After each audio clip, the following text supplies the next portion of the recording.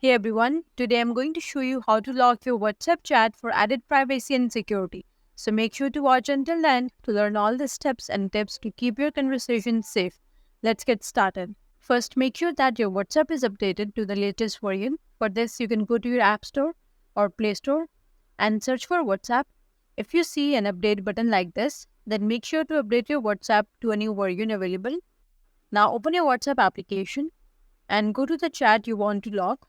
Tap on the contact or the name at the top to open the chat info. Now scroll down and look for chat lock option.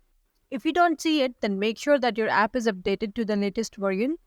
And you can see chat lock option here. Just make sure to enable this. And now click on continue and you will be prompted to set up a password or a fingerprint.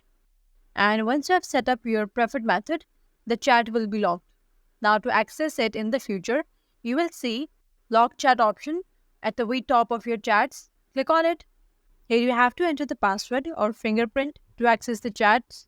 This feature ensures that even if someone had access to your phone, they would not be able to read your locked chats without the correct authentication. But remember, these chats would not be locked on all your linked devices.